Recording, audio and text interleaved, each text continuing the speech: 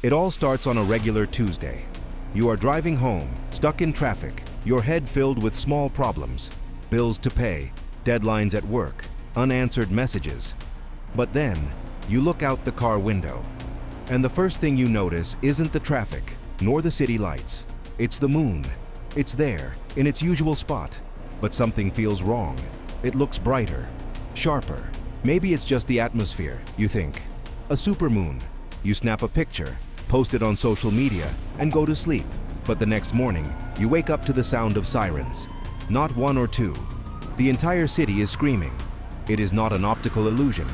The moon, our faithful companion for 4 billion years, has stopped running away. It is coming to visit, and it won't stop until it touches us.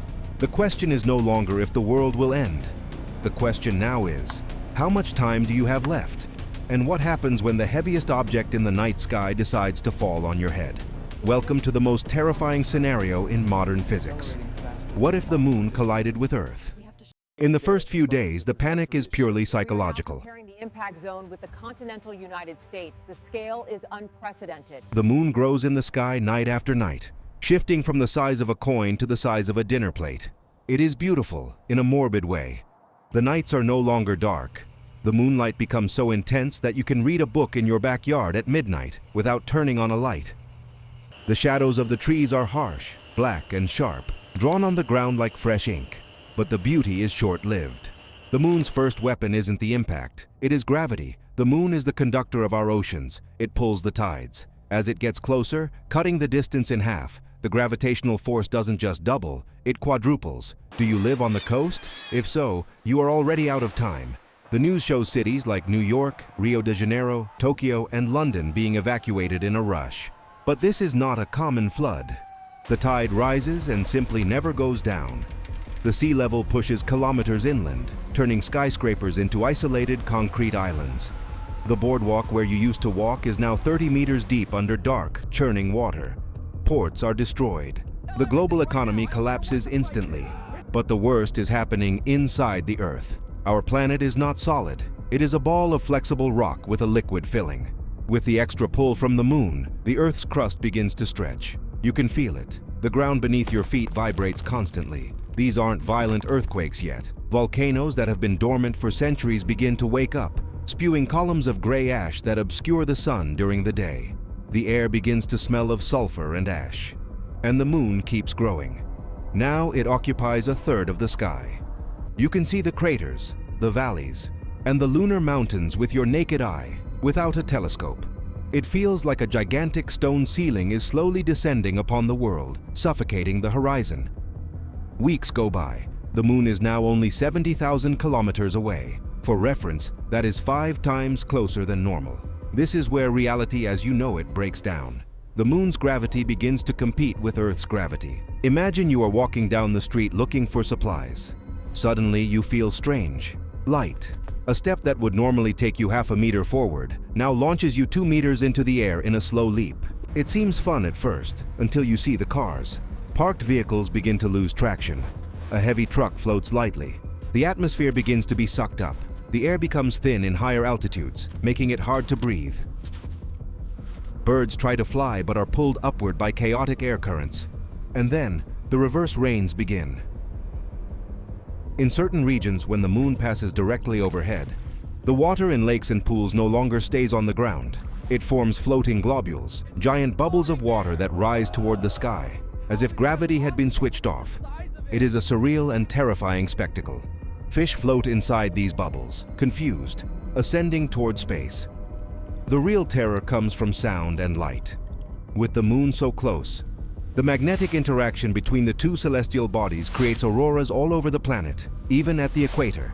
The sky is a curtain of green and purple lights, accompanied by sonic booms and electrical static. Satellites begin to fall from the sky like metal rain because their orbits have been destroyed. The internet is gone. GPS is gone. You are isolated. All that remains is to look up at the gray pockmarked face that now covers 80% of your vision.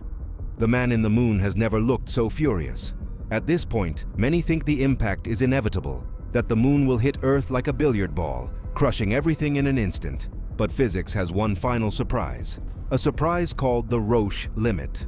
There is an invisible line in space, about 18,000 kilometers from Earth. This is the Roche limit. It is the point where our planet's gravity is so strong that it overcomes the gravity holding the moon together. You are in your shelter, or on top of a tall building, waiting for the end. You look up. The moon is monstrous, blocking out the sun, creating an eternal eclipse. Suddenly, you hear a sound that doesn't come from Earth, but from the sky. A cosmic crack that makes your bones vibrate. Up there, kilometers above your head, the moon begins to crack. It is not an explosion. It is a slow, agonizing disintegration. Great fissures open on the lunar surface, glowing with friction. Entire mountains break loose and begin to float into space. In a matter of hours, the perfect sphere deforms. The moon is being stretched, shredded by Earth's tidal forces. Visually, it is the most spectacular thing any human being has ever seen. The moon comes apart into trillions of pieces. Great rocks the size of cities, fine dust, continental boulders. All of this begins to spin around Earth, forming a gigantic ring, much like the rings of Saturn. For a brief moment, there is hope. People hug each other.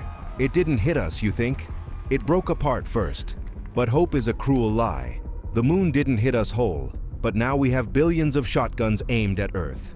The pieces begin to lose speed due to friction with our expanded atmosphere, and they begin to fall. It is not one asteroid. It is millions. The sky changes color. The black of space and the blue of the atmosphere give way to a glowing orange. The friction of lunar debris entering the atmosphere heats the air instantly. Even if you are in an underground bunker, heat is the first enemy. The global temperature rises from 20 degrees to 50, then 80, then 100 degrees in a matter of hours. Forests all over the world spontaneously combust. The oceans begin to boil, raising columns of steam that cook everything on the surface. The meteor shower truly begins. These are not harmless shooting stars. These are rocks the size of football stadiums falling on New York, Paris, Beijing, and your neighborhood. Each impact is equivalent to multiple atomic bombs. The Earth's crust, already weakened, gives way completely. The ground opens up, and magma from the mantle rises to meet the fire coming from the sky. At this point, human civilization as we know it ceases to exist. There is no internet, no governments, no borders. There is only fire. If there are survivors, they are in ultra-deep bunkers, kilometers below the surface, living on geothermal energy and recycled air. They will feel the vibrations down there. They will hear the world above them dying through the rock walls. The bombardment could last years, maybe centuries, until all the pieces of the moon have fallen or stabilized into a new orbit. Imagine flashing forward. 1,000 years into the future, the dust has settled. The ash clouds have finally dissipated. If you could step out of that bunker and look at the horizon, what would you see? You wouldn't see the Earth we know. There are no more deep blue oceans, nor vibrant green forests. The planet is an alien landscape, covered in gigantic craters and oceans of newly solidified rock. The silence is absolute. But as you look up at the sky, you would see something new. A majestic, bright, silver arch cutting across the firmament from end to end. A complex ring system made from the dust of our ancient moon, reflecting the sun's light with a sad beauty. Earth is now a ringed planet, beautiful and deadly, wandering alone through space. Humanity, if it survived, will have to start from scratch in a hostile world, telling legends of a time when the sky had only one large white sphere, which we called the moon, and which one day decided to hug us too tight. This is what would happen if the moon collided with Earth. A beautiful, terrifying silence. And you? What would you do if you looked up tonight and noticed the moon is a little bigger than it should be? These simulations are scary, but asking what if is what makes us human. We build these worlds not to predict the end, but to help us appreciate the now. If you want to explore more impossible scenarios and support the complex simulations we create on this channel, please subscribe and hit the like button. It truly helps us keep these engines running. Keep looking up. Until the next journey.